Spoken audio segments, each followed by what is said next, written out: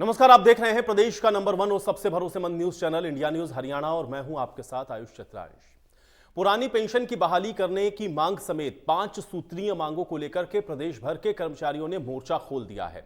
इसमें हरियाणा कर्मचारी संघ के आह्वान पर कर्मचारी सड़कों पर उतरे हैं और विरोध प्रदर्शन करते हुए नजर आए हैं। अधिकारियों को ज्ञापन भी सौंपे गए हैं और मांगे पूरी नहीं होने पर आंदोलन तक की चेतावनी दी गई है। लेकिन जिस पुरानी पेंशन को बहाल करने की मांग कर्मचारी कर रहे हैं, उनकी राह अभी इतनी आसान नहीं है, क्योंकि पुरानी पेंशन स्कीम पर योजना आयोग के पूर्व उपाध्यक्ष मोंटेग सिंह अहलूवालिया का बयान भी सामने आया। एक कार्यक्रम के दौरान अहलूवालिया ने कहा कि कुछ राज्य सरकारों के द्वारा पुरानी पेंशन योजना को फिर से शुरू करना वित्तीय दिवालियापन की रेसिपी है और अब इस तरह के स्टेटमेंट के बाद जो मांग है कर्मचारियों की, अब उस पर समाधान का रास्ता कैसे निकलेगा, यही सवाल सबसे महत्वपूर्ण है। कुछ तस्वीरें आप पहले देखिए। 6 तस्वीरें आपको हम दिखाते हैं। भिवानी, फरीदाबाद, चरखी दादरी, रोहतक, झज्जर और फतेहाबाद की ये तस्वीरें हैं, जहां पर आप देखिए किस तरीके से पुरानी पेंशन बहाली समेत कुछ मांगे ऐसी हैं जिनको लेकर के आज ज्ञापन सौंपे गए हैं उपायुक्त के माध्यम से मुख्यमंत्री के नाम पर। और अगर सरकार उनकी बात को नहीं मानती है तो फिर बड़े आंदोलन की चेतावनी भी दी गई है और इसी को लेकर के आज जगह जगह पर इस तरह के प्रदर्शन कर्मचारी संघ के आह्वान पर देखने को मिले हैं। भिवानी में आप देखिए किस तरीके से प्रदर्शन हुआ, फरीदाबाद में प्रदर्शन किया गया, चरखी दादरी में, रोहतक में, झज्जर में, फतेहाबाद में, और इसी प्रकार की विरोध प्रदर्शन की तस्वीरें अन्य राज्यों से भी देखने को मिली हैं। तो कर्मचारी ओल्ड पेंशन की बहाली समेत कई मांगों को लेकर के विरोध कर रहे हैं। कर्मचारियों ने विरोध प्रदर्शन करते हुए क्या कुछ कहा है, आइए आपको सुनवाते हैं। आज का प्रोग्राम हरियाणा कर्मचारी महासंघ के आह्वान पर ज्ञापन देने का हमारा प्रोग्राम था, जिसमें हमने 5 मुख्य मांगे, जिसमें पुरानी पेंशन को बहाल करना, एक्स ग्रेशिया पॉलिसी में जो सरकार ने नियम बना रखे हैं उनको खत्म करके सीधे तौर पर बिल्कुल स्पष्ट तौर पर जो है सबको, अगर कोई कर्मचारी ड्यूटी के दौरान मृत्यु हो जाती है तो सबको एक्स ग्रेशिया पॉलिसी में उसके परिवार को शामिल किया जाए। नंबर 3, जो कैशलेस मेडिकल स्कीम है, हम सरकार से मांग करते हैं कि इसमें भी जो 5 बीमारियां हैं उनको हटा करके हर बीमारी के लिए कैशलेस मेडिकल की हमारी सुविधा दी जाए। नंबर 4 पर हरियाणा कौशल रोजगार निगम के नाम पर जो बेरोजगारों का शोषण किया जा रहा है उसको खत्म किया जाए और पक्के काम के लिए पक्की भर्ती की जाए। नंबर 5 पर समान काम के लिए समान वेतन।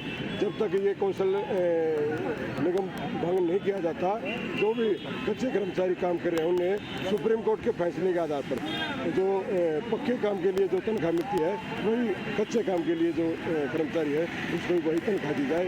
इन मांगों को लेकर के आज हमने ज्ञापन दिया है। ये सामूहिक डिमांड थी। आज जो ये विरोध प्रदर्शन था हमारा, कि हरियाणा कर्मचारी महासंघ का पानीपत में हमारी मीटिंग हुई थी। हरियाणा कर्मचारी महासंघ के नेतृत्व में ये आज 9 तारीख को पूरे प्रदेश में सभी मुख्यालयों में ये प्रदर्शन है। हमारी जो 5 डिमांडें थी जो हमें तहसीलदार के माध्यम से मुख्यमंत्री के नाम दी हैं, तो इसमें पहले भी सरकार ने हमें कई बार टेबल पर बिठाया है पर कुछ निकल कर नहीं आता। पुरानी पेंशन को बहाल करवाना चाहते हैं। आज हरियाणा कर्मचारी महासंघ और प्रदेश के तमाम कर्मचारी ऐसा महसूस कर रहे हैं कि प्रदेश के कर्मचारियों का कहीं ना कहीं दमन हो रहा है। उनके साथ जो वादे किए थे, आज सरकार वादा खिलाफी कर रही है। आज सरकार को सत्ता में आए हुए पूर्व में 5 वर्ष और अब 3.25 साल का जो समय हुआ है, इस समय के दौरान सरकार ने सत्ता में आने से पूर्व प्रदेश के तमाम कर्मचारियों से वादा किया था कि हम सरकार में आएंगे तो प्रदेश में जितने भी कच्चे कर्मचारी जो हमारे 15 से 20 साल से भिन्न भिन्न विभागों में अपनी सेवाएं दे रहे हैं, उनको पक्का करने का काम ये सरकार करेगी। लेकिन आज बड़े दुख के साथ कहना पड़ रहा है कि सरकार ने कच्चे कर्मचारियों को पक्का करना तो बहुत दूर की बात है। आज बात करें कच्चे कर्मचारियों के भविष्य की, तो सरकार ने हरियाणा कौशल रोजगार निगम बनाकर एक ठेकेदारी से निकालकर सरकार ने आज खुद ठेकेदारी करने का काम किया है, जिसका हरियाणा कर्मचारी महासंघ पुरजोर विरोध करता है। और इस बात को लेकर आज प्रदेश के तमाम कर्मचारी वर्ग में भारी रोष है। साथ ही साथ हमारे 2004 के बाद जितने भी प्रदेश के तमाम पक्के कर्मचारी जो स्थायी भर्ती के माध्यम से सरकार ने लगाए थे, उनको पुरानी पेंशन का लाभ आज तक नहीं मिला। अभी आपने देखा होगा हिमाचल में सरकार बनी और सिर्फ कर्मचारियों के दम पर वो सरकार बनी है कि लोगों ने पुरानी पेंशन बहाली का नारा दिया, सरकार ने वादा किया और उस वादे पर सरकार खरी उतरी तो निश्चित तौर पर कर्मचारी वर्ग ने हिमाचल में सरकार बना दी। आज समय रहते हम सरकार से मांग करते हैं कि हरियाणा कर्मचारी महासंघ पूरे प्रदेश में एक गैर राजनीतिक संगठन है जो सिर्फ और सिर्फ प्रदेश के तमाम कर्मचारियों की बात को रखता है। आज हम सरकार से, प्रदेश के मुख्यमंत्री से, माननीय उपायुक्त महोदय के माध्यम से हमने ज्ञापन सौंपकर डिमांडों की गुहार लगाई है कि पुरानी पेंशन को बहाल करें, तमाम कच्चे कर्मचारियों के लिए कौशल रोजगार निगम को भंग कर उनकी स्थायी भर्ती की जाए। सर्वोच्च न्यायालय के जो आदेश हैं कि समान काम के लिए प्रत्येक कर्मचारी को समान वेतन मिलना चाहिए, वो समान वेतन सरकार लागू करें। इसके साथ साथ निजीकरण की राह पर ये सरकार बहुत तेजी के साथ बढ़ रही है। मैं आपको बताना चाहता हूँ कि सरकार निजीकरण पर रोक लगाने का काम करे। साथ ही साथ प्रदेश के लाखों कर्मचारी सरकार से पूर्णतः कैशलेस मेडिकल स्कीम लागू करने की डिमांड करते हैं, इसको लागू किया जाए। और आज ज्ञापन के बाद भी सरकार के कान पर जू नहीं रहेंगी तो आने वाले समय में फरवरी और मार्च के महीने में सभी कमिश्नरेट पर दोबारा प्रदर्शन करते हुए ज्ञापन दिया जाएगा। और उसके बाद 9 अप्रैल को अम्बाड़ा में पूरे स्टेट के कर्मचारियों की, वरिष्ठ नेताओं की कन्वेंशन बुला करके आर पार की लड़ाई का ऐलान किया जाएगा। पुरानी पेंशन को लागू करना, नंबर 2 पर कौशल रोजगार को भंग करना, नंबर 3 पर पुरानी एस ग्रेशिया पॉलिसी को लागू करना, नंबर 4 पर ओल्ड पेंशन स्कीम फटाफट जल्दी से लागू करना और नंबर 4 पर कैशलेस मेडिकल सुविधा। इन 5 मांग सूत्री पत्र के द्वारा सरकार को हम चेताना चाहते हैं, समय रहते हुए सरकार इन मांगों को पूरा करे, अन्यथा आने वाले समय में 25 जनवरी को अम्बाड़ा में एक राज्य स्तरीय कन्वेंशन होगी। उसके अंदर जो भी फैसला केंद्रीय परिषद लेगी, चाहे वो भूख हड़ताल का हो, चाहे वो आमरण अनशन का हो, चाहे वो जेल भरो आंदोलन का हो, चाहे वो अनिश्चितकालीन हड़ताल का हो, तो उसकी सारी जिम्मेवारी हरियाणा सरकार की हो। तो चलिए, तमाम कर्मचारियों की बातों को हमने आपको सुनवाया है और आपने देखा कि किस तरह से और किन बातों को लेकर के ये विरोध प्रदर्शन है। भाई, एक बार आपको ग्राफिक के जरिए भी बता देते हैं कि आखिर कर्मचारियों की ये प्रमुख मांगे क्या हैं जिनको लेकर के ये विरोध प्रदर्शन हो रहा है। पहली और सबसे अहम मांग यही है कि पुरानी पेंशन, यानी कि जिसको हम लोग ओपीएस कहते हैं, उसको लागू किया जाए। कच्चे जो कर्मचारी हैं उनको पक्का किया जाए, ये मांग भी कर्मचारियों की है। इसके अलावा कौशल रोजगार निगम को भंग किया जाए, ये डिमांड भी शामिल है, क्योंकि इसको लेकर के भी सवाल हैं। समान काम समान वेतन, ये भी मांग है कर्मचारियों की। और इसके अलावा एक्सग्रेसिया पॉलिसी को लागू किया जाए, कर्मचारी ये डिमांड भी कर रहे हैं। फ्री मेडिकल कैशलेस की सुविधा भी कर्मचारियों को मिलनी चाहिए।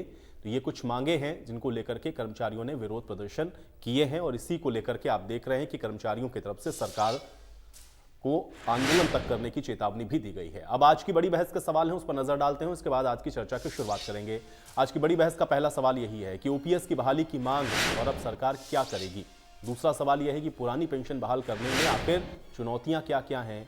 और तीसरा सवाल यह है कि मांगे मनवाने के लिए आंदोलन का जो रास्ता अपनाया जा रहा है, क्या वो सही है। ये सवाल इसलिए महत्वपूर्ण है क्योंकि कुछ राज्यों में आपने देखा है कि अभी हाल में ही ओल्ड पेंशन स्कीम को लागू करने की बात कही गई है, लेकिन अब ये जिस तरह से यहां पर भी, यानी कि हरियाणा के अंदर भी इसको लेकर के कर्मचारी लामबंद हुए हैं, सरकार कैसे अब इससे निपटेगी और क्या इसका हल निकालेगी, ये सवाल इसमें सबसे महत्वपूर्ण है। आज कुछ मेहमान मेरे साथ जुड़ गए हैं, पहले उनका परिचय आपके साथ करवाते हैं, उसके बाद आज की चर्चा में आगे बढ़ेंगे। वंदना पोपली जी हमारे साथ जुड़ रही हैं, प्रवक्ता हैं भारतीय जनता पार्टी के। वंदना पोपली जी, स्वागत आपका चर्चा में। बजरंग दास गर्ग जी हमारे साथ जुड़ रहे हैं, प्रवक्ता हैं कांग्रेस पार्टी के। बजरंग दास गर्ग जी, आपका भी स्वागत। रजत पंजेटा जी हमारे साथ जुड़ रहे हैं, प्रवक्ता हैं इंडियन नेशनल लोकदल के। रजत पंजेटा जी, आपका भी स्वागत। सुनील खटाना जी हमारे साथ जुड़े हुए हैं, प्रदेश महासचिव हैं कर्मचारी महासंघ के। सुनील खटाना जी, आपका भी स्वागत है। सुनील जी, चर्चा की शुरुआत में आपसे ही करना चाहूंगा, क्योंकि अभी हम लोग सुन रहे थे और तमाम कर्मचारियों के साथ इंडिया न्यूज ने भी बातचीत की, उन्होंने भी अपनी मांगों को रखा है। कुछ मांगे आपकी जो प्रमुख हैं वो हमने दर्शकों को दिखाई, लेकिन ओल्ड पेंशन स्कीम को लेकर के जो स्थिति है या जो उस पर पक्ष है सरकार का, इसको आप कैसे देखते हैं और ये आंदोलन का रास्ता क्यों अपनाना पड़ रहा है? सुनील खटाना जी। देखो, मैं ये आपसे, आपके चैनल के माध्यम से मैं बताना चाहता हूँ कि आज पूरे देश का और हरियाणा प्रदेश का एक ही मुद्दा, सबसे ज्वलंत मुद्दा है कि पुरानी जो पेंशन है उसको लागू किया जाना चाहिए।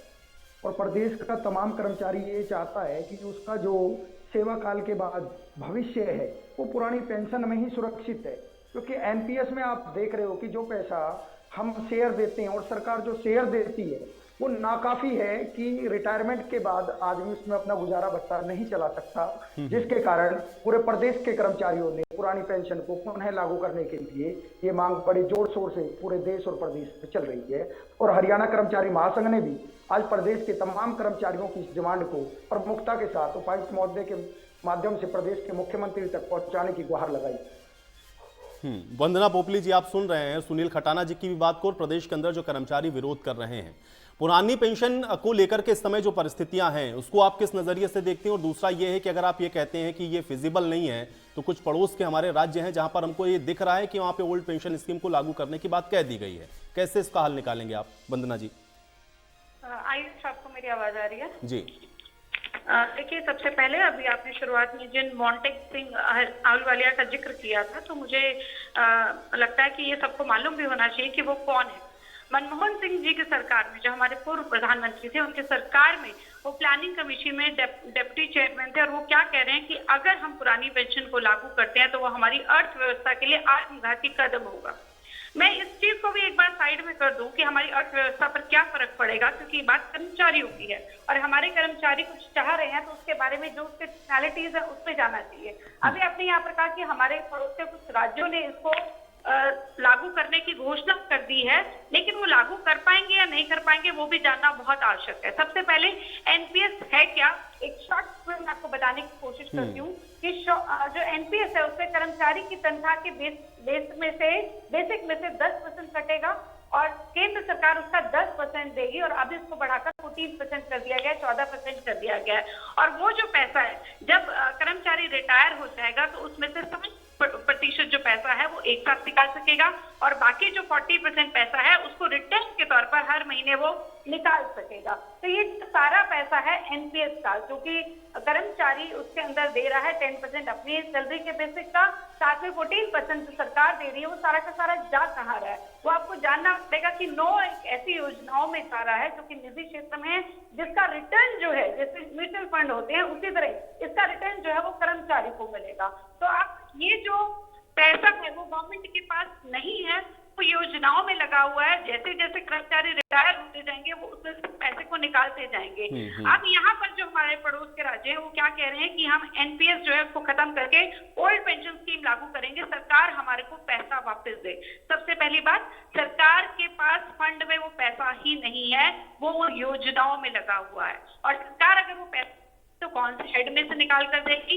और सबसे बड़ी बात मैं आपको बताना चाहूंगी, PFRDA pension fund regulatory and development authority ने कहा है, अब इन राज्यों को पत्र लिखकर बताया है कि पीएफआरडीए एक्ट 2013 साल को जरा ध्यान से सुनिएगा, 2013 में ये लिखा गया है कि ऐसा कोई प्रावधान नहीं है कि राज्यों को पैसा वापस दिया जा सकता है।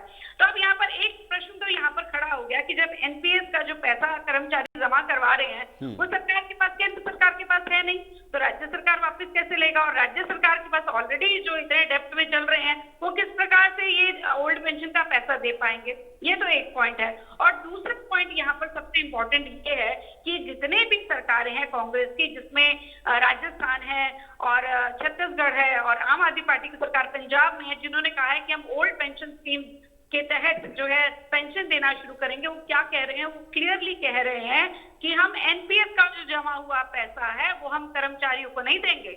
यानी कि उन कर्मचारियों ने जो अभी तक पैसा जमा किया है वो उनको नहीं मिलेगा, वो सरकार कह रही है वो हम ले लेंगे और फिर उसके बाद उसको इस्तेमाल करेंगे। और जैसे जैसे जो कर्मचारी नहीं, वंदना जी देखिए, ये सारी टेक्निकलिटीज तो हैं, ये मुझे भी पता है, आप भी जो बता रही हैं इस बारे में मुझे लगता है इस पैनल में बैठे हुए सब लोगों को पता है, लेकिन रास्ता निकालना ही तो काम है ना आप लोगों का। अगर भाई कर्मचारी के हितों के बारे में आप सोचते हैं और कर्मचारी कह रहा है कि उसको ओल्ड पेंशन स्कीम को चाहिए, जो पहले थी वो ज्यादा बेहतर थी, इससे वो संतुष्ट नहीं है, तो उसका रास्ता और समाधान कैसे निकालेंगे? क्या हल है इसका? बहुत अच्छा प्रश्न आपने पूछा कि इसका रास्ता निकालना पड़ेगा, लेकिन यहाँ पर स्थिति क्या हो रही है?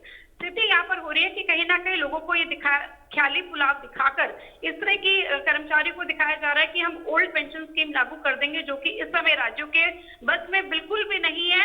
इसका कुछ ना कुछ सोल्यूशन निकालना पड़ेगा, मैकेनिज्म निकालना पड़ेगा। अभय दुबे जी जो कि कांग्रेस के प्रवक्ता हैं, वो चैनल के ऊपर क्लियरली बोलकर गए थे कि अभी हमारे पास कोई मैकेनिज्म नहीं है कि हम किस प्रकार से इन कर्मचारियों को पैसा देंगे। ऐसे ही आम आदमी पार्टी के जो नेता है वो चैनल पर खुद से बोलकर गए हैं कि हमारे पास कोई ऐसा मैकेनिज्म नहीं है कि हम किस प्रकार से पैसा देंगे। तो ये सिर्फ एक राजनीतिक निर्णय लिया गया है जिसके आगे पीछे कुछ नहीं है। सिर्फ कर्मचारियों को ख्याली पुलाव दिखाकर उनको कहीं ना कहीं बरगलाने की कोशिश की जा रही है। हो सकता है ये काम तो मुझे लगता है कि हमारे मुख्यमंत्री जी भी बड़े आराम से कर सकते थे, ख्याली पुलाव दिखा सकते थे और बोल सकते थे कि केंद्र सरकार देगी तो हम देख लेंगे, लेकिन हम इस चीज को नहीं मानते। हम ये समझते हैं कि जब तक इसका कोई नहीं, लेकिन आपके मुख्यमंत्री तो वंदना जितनी आसानी से नहीं कह सकते ना केंद्र सरकार देगी, केंद्र में भी तो आपकी ही सरकार है, और अगर आप ये कहेंगे तो एक और दबाव बनाएंगे आप। नहीं आयुष, वही तो बात है ना कि जब केंद्र कोई सोल्यूशन निकालेगा तब हम सोच लेंगे, ऐसे भी कहा जा सकता है। चलिए, आपका कहने का मतलब ये है कि ये फिजिबल नहीं है, बहुत सारी प्रैक्टिकल और बहुत सारी टेक्निकल बातें हैं इसके अंदर है जिनका आप जिक्र कर रहे थे। बजरंग दास गर्ग जी, ये पुरानी पेंशन स्कीम को लेकर क्यों, चूंकि कांग्रेस शासित राज्य से शुरू हुआ, राजस्थान में सबसे पहले अशोक गहलोत जी ने इसको शुरू किया, उसके बाद छत्तीसगढ़ में हम लोगों ने देखा, उसके बाद पंजाब के अंदर आम आदमी पार्टी की तरफ से भी यही बात कही गई। कैसे इसको आप देखते हैं और क्या ये वाकई में प्रैक्टिकली पॉसिबल है? देखिए आयुष जी, कांग्रेस ने जो वायदा किया था वो पूरा किया, राजस्थान में लागू किया, छत्तीसगढ़ में लागू किया, हिमाचल में भी हमने वायदा किया था, वो भी हिमाचल में भी लागू करने जा रहे हैं।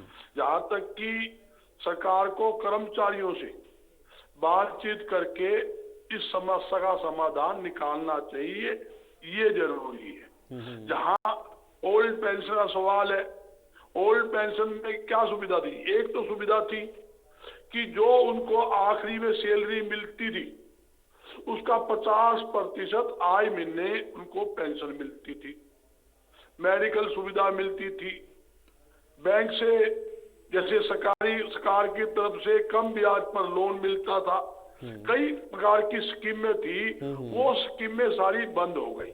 ये 2004 के अंदर भाजपा सरकार ही ये नई योजना लेकर आई थी, ओल्ड स्कीम योजना खत्म करके ये नई स्कीम लेकर आई थी।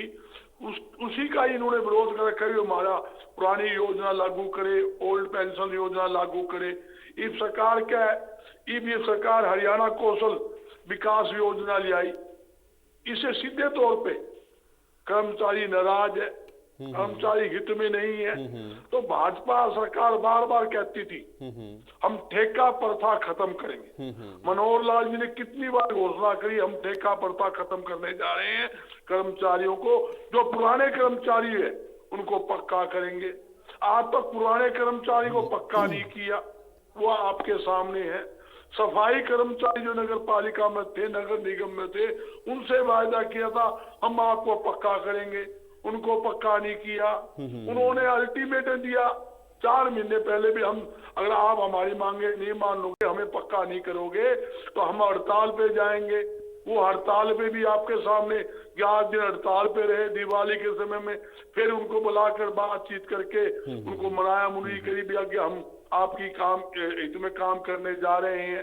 भी सरकार की जिम्मेदारी बनती है, ये सरकार के कर्मचारी, बिल्कुल सही बात है गर्ग साहब। देखिए जिम्मेदारी तो है सरकार की, इससे तो सरकार भाग नहीं सकती है, बिल्कुल सही बात है। लेकिन गर्ग साहब नहीं गर्ग साहब देखिए, करना पड़ेगा, हल तो निकालना पड़ेगा, कर्मचारियों को किसी तरीके से तो कन्विंस करना पड़ेगा। लेकिन गर्ग साहब सवाल मेरा ये है, आपने कहा 2004 में बंद हो गई ये पेंशन स्कीम, 4 के बाद से 14 तक तो सरकार आपके केंद्र के अंदर रही। आप मुझे ये बताइए मैकेनिज्म है क्या आपके पास? और अगर ये इतनी ही बुरी थी तो 10 साल जब आप केंद्र में बैठे हुए थे तो ओल्ड पेंशन स्कीम को लागू क्यों नहीं किया आपने? इसीलिए मैंने पूछा, इसका मैकेनिज्म बताएं, क्या प्रैक्टिकली पॉसिबल है? क्या ये प्रैक्टिकली पॉसिबल है? और मनमोहन सिंह प्रधानमंत्री थे। गर्ग साहब मेरा सवाल सुन लीजिए, गर्ग साहब मेरा सवाल सुन लीजिए, गर्ग साहब देखिए, मैं ये सवाल इसलिए नहीं पूछ रहा हूं, मैं आपकी सरकार को क्रिटिसाइज करने के लिए सवाल नहीं पूछ रहा हूं। गर्ग साहब मेरा सवाल सुनिए, गर्ग साहब नहीं गर्ग साहब मेरा सवाल सुन लीजिए। मैं केवल इसलिए पूछ रहा हूं, मैं क्रिटिसाइज नहीं कर रहा हूं कांग्रेस की गवर्नमेंट को, मैं सिर्फ ये कह रहा हूं मनमोहन सिंह जैसा प्रधानमंत्री जो कि उनकी गिनती अर्थशास्त्री के तौर पर होती है, उनके 10 साल के प्रधानमंत्री के कार्यकाल में आपने ओल्ड पेंशन स्कीम को दोबारा से लागू नहीं किया, कोई तो कारण रहा होगा ना उसका। गर्ग साहब अब बताइए क्या मैकेनिज्म है इसका? देखिए आयुष जी, कई बार कड़े फैसले लेने पड़ते हैं, ये कर्मचारी भी हमारा एक शरीर का हिस्सा है।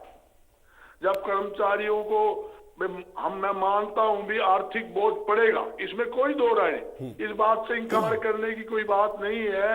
जब आप खजाने से पैसे निकालोगे, कर्मचारी को दोगे तो बोझ पड़ेगा, इसमें कोई दो राय नहीं है, मगर उसका रास्ता तो निकालना ही पड़ेगा ना।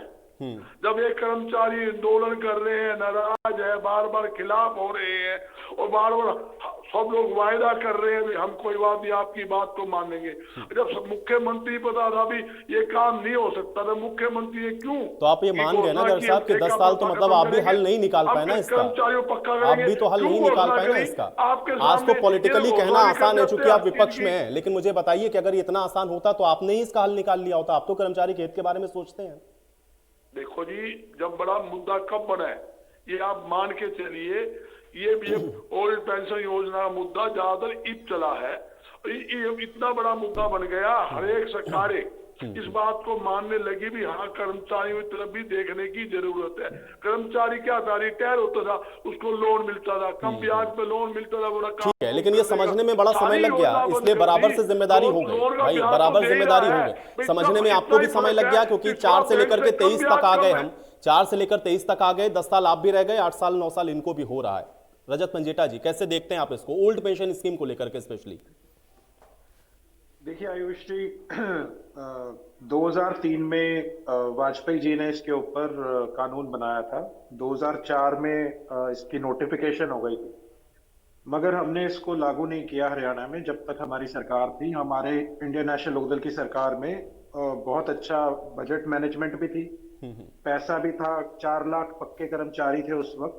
आज तो केवल 1,65,000 रह गए हैं भाजपा की सरकार में। 1 लाख कच्चे हैं उसमें से, नहीं 1,65,000 जो है पक्के और 1 लाख कच्चे हैं, तो टोटली 2,65,000 कर्मचारी हैं। उस वक्त 4 लाख पक्के कर्मचारी होते थे। और हुड्डा साहब ने 1/1/2006, जब 2005 में कांग्रेस की सरकार आई, तो आने के 1 साल बाद कांग्रेस को इतनी याद आई कर्मचारियों की कि उन्होंने खुद हरियाणा में ये ओल्ड जो है पेंशन स्कीम हटा के एनपीएस न्यू पेंशन स्कीम लागू कर दी। अब बात आती है भाजपा की। भाजपा कहती है कि हमारे पास पैसा नहीं है। देखिए, जब 2014 से पहले जितनी भी सरकारें रही, उसमें चाहे वाजपेयी जी की सरकार थी, उस समय तक का जितना कर्ज देश पर था, उससे दुगने से ज्यादा कर्ज केवल इन 2014 के बाद जो 7-8 साल रहे हैं उसमें भाजपा ने ले लिया। 154.31 लाख करोड़ का कर्ज है, उसमें प्रदेशों का कर्ज इंक्लूड नहीं है। ये कह रहे थे कि पैसा नहीं है, तो किसी चीज के लिए पैसा है इनके पास। आप एक बात बताइए, आज हरियाणा के ऊपर कितना कर्ज है? आप जो एमएलए हैं, जो मंत्री हैं, एमपी हैं, वो कितनी पेंशन लेते हैं? जितनी बारी बनते हैं उतनी बार लेते हैं। क्या उन्होंने पेंशन, आपने उनके बारे में सोचा कि और कितनी फैसिलिटीज है, कितनी उनके ऊपर खर्चा है, क्या उनका घर का खर्च है, कितनी गाड़ियां हैं, कितना स्टाफ है, कितना एक मंत्री के ऊपर खर्च हो जाता है, उप मुख्यमंत्री पे और मंत्री मुख्यमंत्री। उसके बाद आर्थिक पहलू अगर इन्होंने देखना है, तो सबसे पहले मैं शुरुआत यहीं से करता हूँ कि एक आरटीआई के हवाले से हर रोज का 1,98,00,000 जनता की गाड़ी खून पसीने की कमाई का भाजपा केवल एडवर्टाइजमेंट पे खर्च कर देती है। 1,62,00,000 पर डे जो है वो एक हमारे देश के जो पीएम है उनकी सिक्योरिटी पे, मैनेजमेंट पे खर्च हो जाता है। तो पैसा अगर तब हमारे समय में लागू था और हमारे समय में चल रहा था, और पक्के कर्मचारी भी बहुत ज्यादा थे आपसे, लगभग दुगने से भी ज्यादा, तो बजट भी हम तो सरप्लस में, और बहुत से महकमे ऐसे हैं, चाहे वो एचएसआई डीसीओ, हुड्डा हो और अन्य डिपार्टमेंट, जिनको हम किसी पे 1,000 करोड़, कहीं 1,500 करोड़ रुपया जो है वो सरप्लस बजट छोड़ के गए थे। अभी हर महकमे का आप निकाल के देखिए कि और आज डिपार्टमेंट ऐसे हैं कि कोई मर्ज होने की, जैसे स्कूल मर्ज कर रहे हैं, वैसे डिपार्टमेंट जो है वो एक फेलियर दिखाता है गवर्नमेंट का, आपके सारे घाटे में क्यों चल रहे हैं। किसी टाइम पे चौटाला साहब का जब टाइम था, तो पूरे देश में नहीं, पूरे एशिया में हरियाणा के जो कई डिपार्टमेंट्स हैं वो नंबर 1 आ चुके हैं, और आज वो आप बंद होने की कगार पे हैं। ये तो आपका मैनेजमेंट फेलियर है। उसके बाद ये कह रहे थे, देखिए अग्निवीर बिल्कुल हम इसकी बहुत ही घातक, जैसे ये कौशल रोजगार है वैसा ही अग्निवीर है, तो उसको तो सिर्फ दे ही 4 साल दिए। ये तो मतलब कोई इनको सेंस ऑफ सिक्योरिटी नहीं। पैसा जो है वो पेंशन का नहीं, अगर घर में ब्याह शादी हो तब भी जमा पैसा निकलवाया जा सकता था। अगर आपको घर की कंस्ट्रक्शन करनी है तब भी। अगर आप देखिए आयुष जी, बहुत जल्दी ये सब जाने लग जाते हैं, नीति आयोग ने ये किया। अगर आप वर्ल्ड इकोनॉमिक फोरम के नक्शे कदम पे चलोगे तो नीति आयोग तो किसान को जो एमएसपी देनी है उसके भी हक में नहीं था। ये तो वेस्टर्न कंट्रीज का रटा रटाया तोता है, जो वर्ल्ड इकोनॉमिक फोरम बोलता है डीपली स्टडी करो आप, उन्हें कुछ नहीं लेना किसी चीज से। कभी उन्होंने कहा कि इस चीज पे कटौती करो, सरकार इस चीज पे कटौती करे, किसान करे, कर्मचारी करे, स्टूडेंट्स करे। अभी वर्ल्ड इकोनॉमिक फोरम छोड़िए, अभी क्या कहा है आईएमएफ ने, वर्ल्ड मॉनेटरी फंड ने क्या कहा है आपको? कि रिसेशन आएगी 2023 में। जब चाइना में रहेगी, यूएस में रहेगी, तो इंडिया कहां से आपकी ग्रोथ आएगी? और अभी तो और जॉब्स लूज करेंगे हम 2023 में। ये तो मुख्य अखबारों में कई जगह आज खबर भी छपी है। नहीं पंजेटा जी, इसीलिए मैंने पूछा ना, ये प्रैक्टिकली फिजिबल है क्या? क्योंकि देखिए पॉलिटिकली कहना तो ठीक है, जो विपक्ष में बैठे हैं तो कह दिया, लेकिन जो सरकार चला रहे हैं, क्या प्रैक्टिकली पॉसिबल हो सकता है ये, आपको लगता है? सब कुछ आयुष जी, क्या संभव नहीं है? विल होनी चाहिए। अभी बुढ़ापा पेंशन है, एक मुख्यमंत्री थे ताऊ देवीलाल जी से पहले, चौधरी बंसीलाल जी, वो कहते हैं अगर पॉसिबल होती तो मैं ही कर देता। पॉसिबल क्या? पॉसिबल ही नहीं है ये तो। और स्वर्गीय ताऊ देवीलाल जी ने कहा था मेरी कलम होगी और कानून बना दूंगा इसके ऊपर, और तो उन्होंने बुढ़ापा पेंशन शुरू करी। तो क्या चीज है दुनिया में जो पॉसिबल नहीं है? विल होनी चाहिए। खर्चे आपने कहां से कम करने हैं, कहां अपने आपने जनता को कैसे पास ऑन करना है, आप बताओ तो इस सरकार के पास पैसा। ठीक है, ये बात आपने सही की कि आप अपने खर्चों में कटौती करके अगर चाहें तो रास्ता निकाल सकते हैं, विल होनी चाहिए। सुनील खटाना जी, 4 में बंद हुई अगर ये पेंशन, तो 2023 तक आते आते आंदोलन की जरूरत क्यों पड़ी? बीच में भी तो आंदोलन हो सकता था ना भाई, खत्म करिए। कितने सालों से पेंशन जो नहीं मिल रही, पुरानी पेंशन, उससे तो कर्मचारी परेशान हुआ। ये 23 में आकर के क्यों विरोध प्रदर्शन? बिल्कुल निश्चित तौर पे मैं आपकी बात से सहमत हूँ कि 2004 में बंद हुई पेंशन और 2023 तक क्यों पहुंची।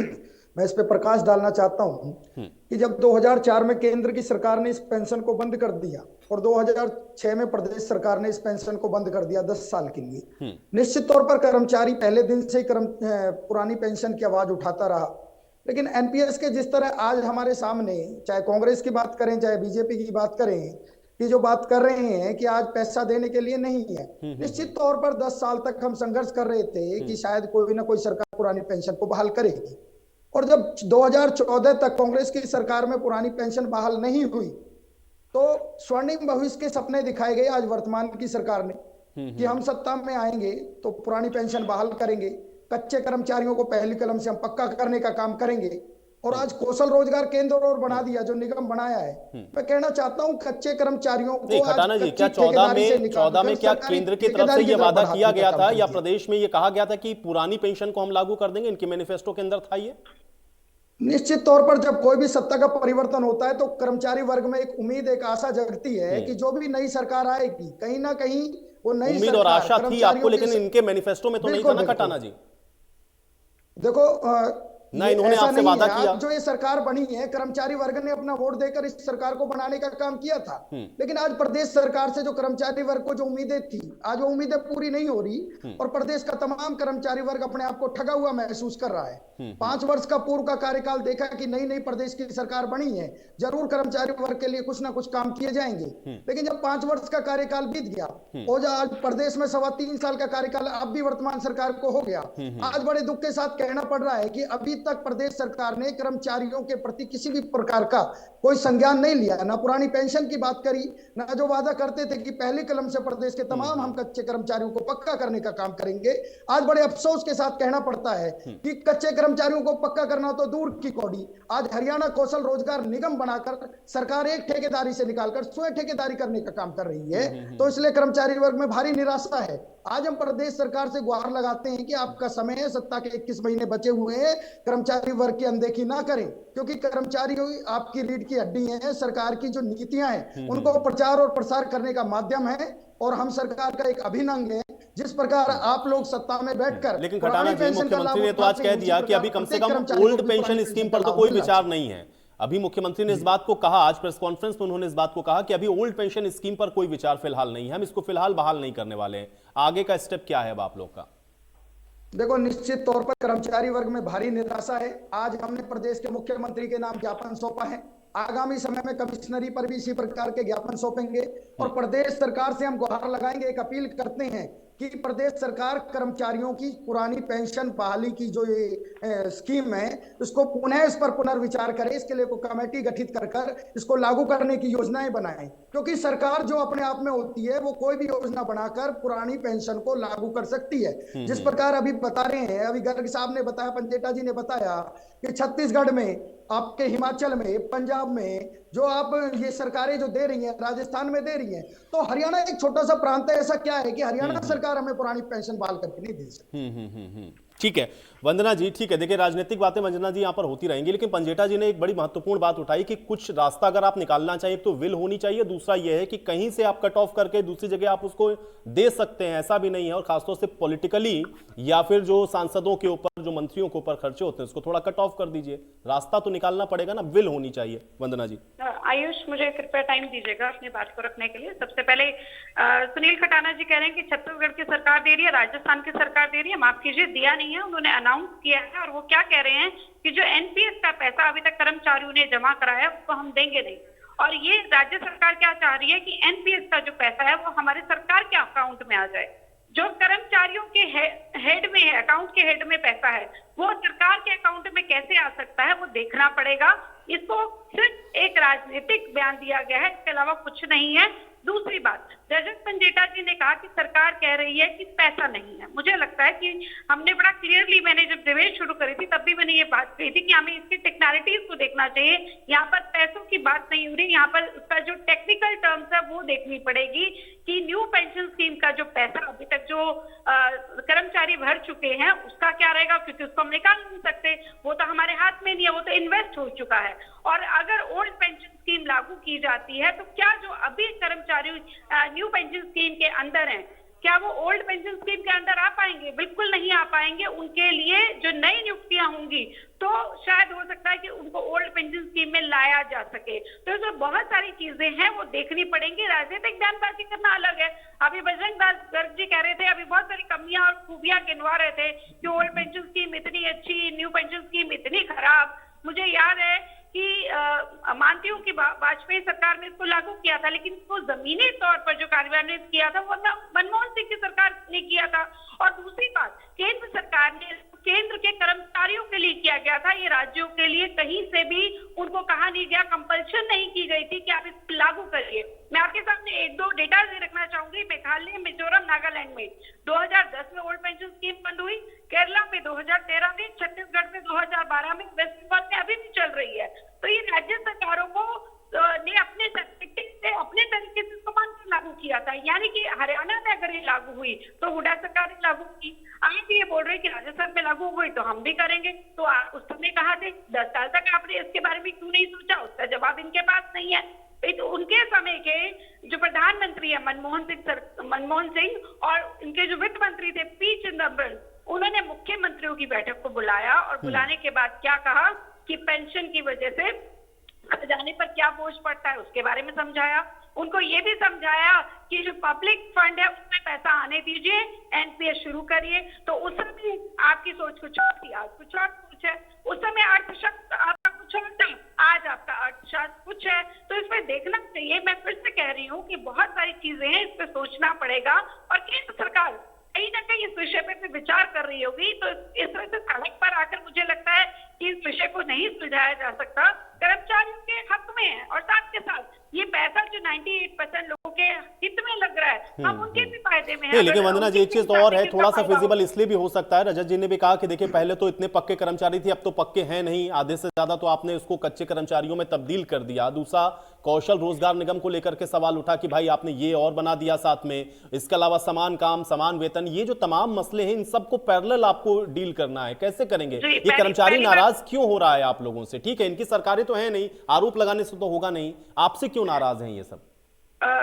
कर्मचारियों को मैंने आपको कहा ना कि उनको कहीं ना कहीं ख्याली पुलाव दिखाया जा रहा है कि ओल्ड पेंशन स्कीम लागू की जा सकती है, जबकि कहीं से भी वो फिजिबल नहीं है। गवर्नमेंट जो है इसके लिए पैसा कहां से देगी? राजस्थान की सरकार वो सीधा केंद्र सरकार से पैसा मांग रही है, जबकि केंद्र सरकार के हेड में वो पैसा ही नहीं है, वो तो योजनाओं में लगा हुआ है। और उसके हिसाब से वो एनपीएस का पैसा वो अपने अकाउंट में लेना चाहते हैं, कर्मचारियों का पैसा अपने अकाउंट में लेना चाहते हैं। दूसरी बात, आपने यहाँ पर रजत पंजेटा जी कह रहे थे कि हमारे समय में बहुत सारे पक्के कर्मचारी होते थे। तो अगर आपको डेटा में आप देखें तो आपके 5 साल में आपने सिर्फ 5000 कर्मचारी लगाए थे, पक्की नौकरियां दी थी।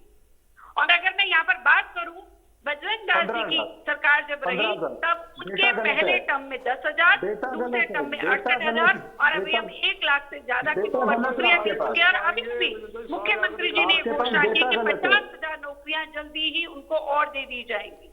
तो यहाँ पर बात ये नहीं है कि कितनी पक्की नौकरियां हैं, ये जरूर झूठ बोल सकते हैं कि हमारे टाइम में बहुत सारी थी, लेकिन मैं आपको डेटा के साथ बता रही हूँ कि 5,000 नौकरियां दी थी 5 साल के अंदर। चलिए ठीक है, अब आपके डेटा को चैलेंज कर दिया गया। ठीक है, एक साथ बजरंग दास गर्ग, चैलेंज कर सकते हैं इनके पास। ठीक है, अब एक बार इनका पक्ष सुनते हैं ना पोपली जी। हाँ, एक सेकंड वंदना जी।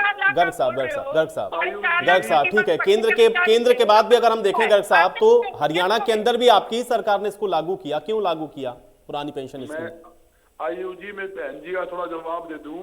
बहन जी कहा पैसे कहाँ से आएंगे, वंदना जी बार बार बोल रहे हैं। मैंने नहीं कहा, 1966 से लेकर 2014 तक हरियाणा में कर्जा था 70,000 करोड़ रुपए, और इन्होंने 8 साल में मलाई खाकर 3,11,000 करोड़ रुपए कर्जे के अंदर हरियाणा को डुबो दिया। हरियाणा की जनता पर कर्जा लाद दिया। वो पैसा कहाँ गया? आपने वो पैसे कहाँ खर्च करे? आप ये बताइए ना भाई, पैसा हमने यहाँ खर्च किया। आप पे ना को लेना है ना देना है। यार वंदना जी को बुलवा लो। आई जी वंदना जी, वंदना जी अभी गर्ग साहब को बुला लो। ठीक है, लेकिन बजरंग दास जी मुझे ये बताइए, ठीक है, इन्होंने कर्ज बढ़ा दिया, इन्होंने ज्यादा कर्ज ले लिया, आप कम छोड़ के गए थे, इन्होंने ज्यादा कर दिया। गर्ग साहब ये बातें आप लोग कई बार कह चुके हैं, लेकिन गर्ग साहब आप ये बताइए ना, हुड्डा जी ने पुरानी पेंशन स्कीम को बंद क्यों किया था? पुरानी पेंशन को बंद क्यों कर दिया था आपने?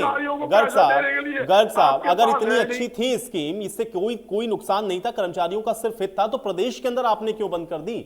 आपकी सरकार ने क्यों बंद किया इसको? चलने देते पुरानी पेंशन स्कीम को।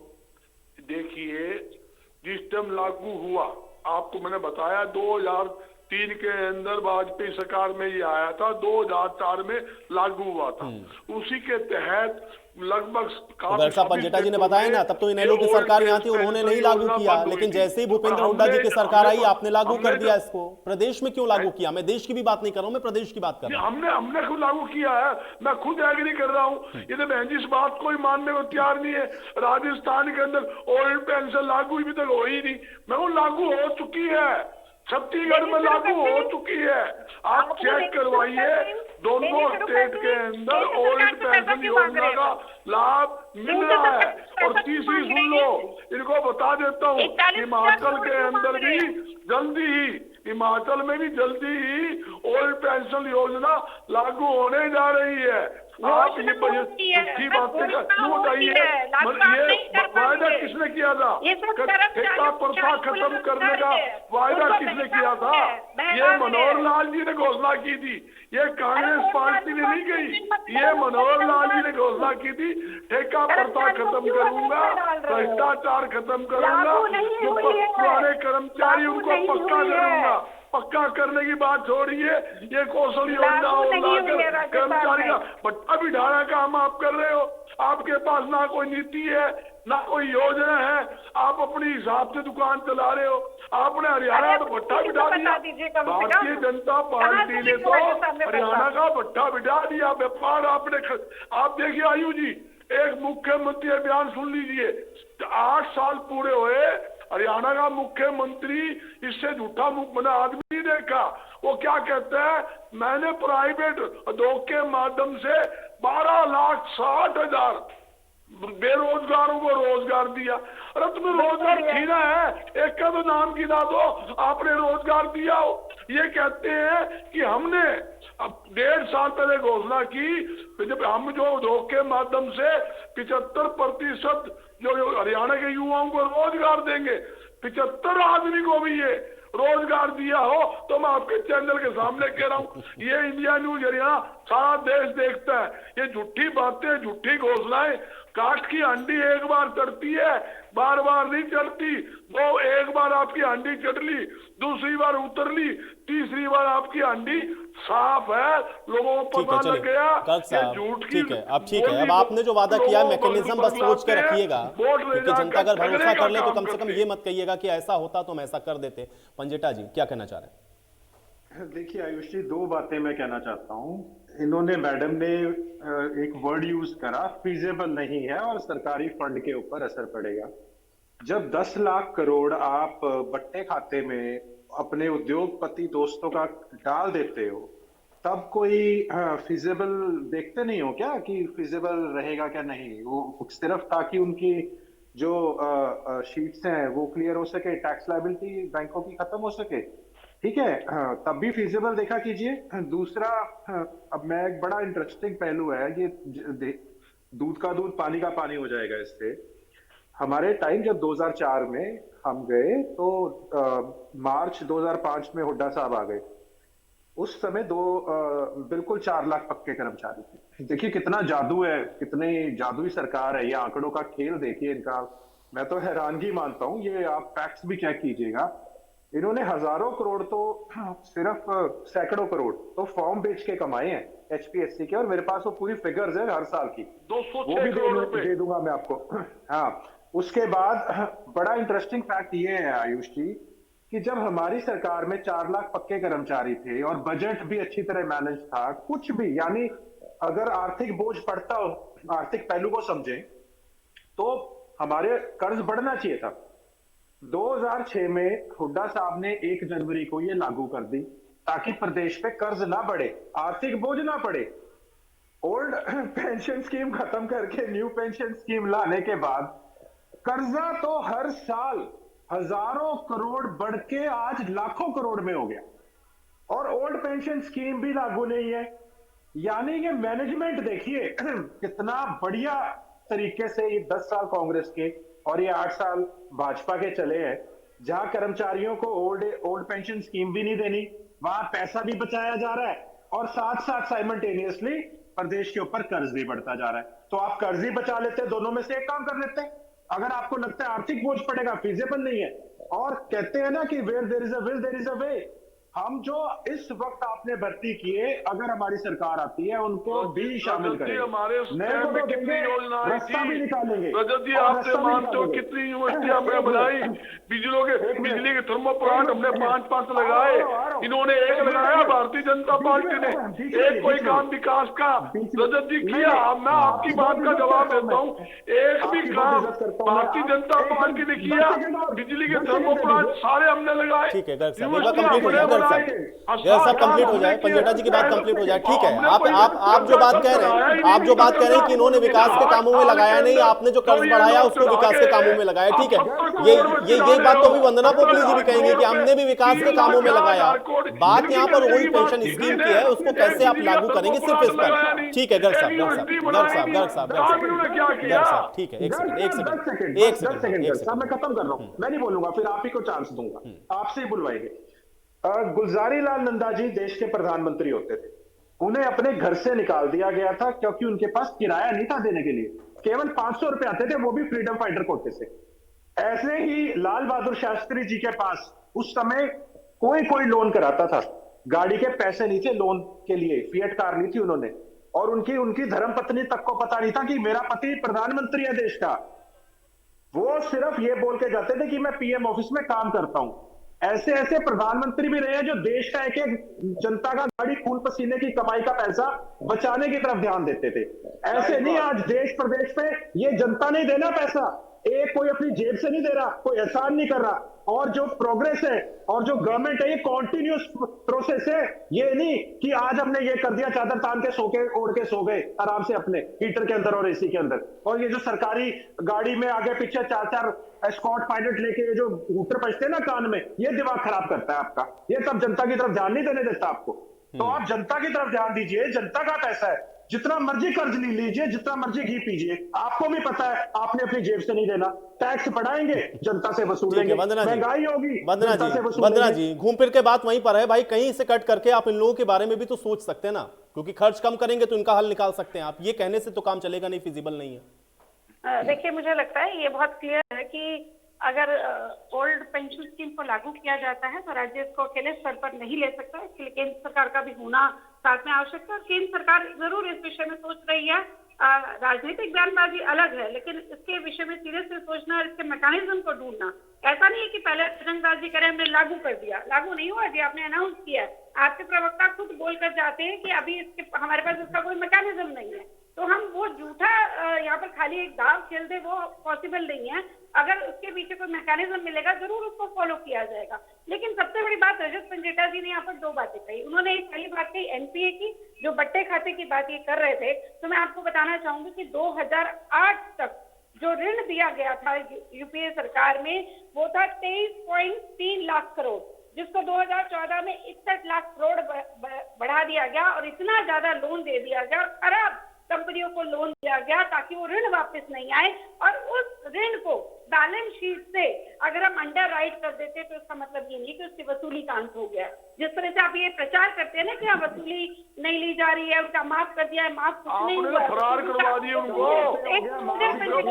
अपने बड़े बड़े आदमियों को इंडिया से ही फरार करवा दिए, गायब करवा दिया, अपने विदेश भेज दिए। अगर आपको लगता है बड़ी बड़ी कंपनियों में कर्जे माफ करके केस एनडीए करके उनके चलिए, इस आरोप प्रत्यारोप के बीच में चर्चा मुझे यहीं समाप्त करनी पड़ेगी। मेरे पास समय नहीं। आप लोग का शुक्रिया अपना समय रखने के लिए, इस चर्चा का हिस्सा बनने के लिए। हालांकि ओल्ड पेंशन स्कीम को लेकर के एक अलग तरह की सियासत इस समय अब देश में शुरू हो गई है। कर्मचारी लामबंद हो गए हैं, रास्ता निकालेगी कैसे सरकार, यह देखना बहुत महत्वपूर्ण होगा। आज बड़ी बहस में मेरे साथ फिलहाल इतना ही।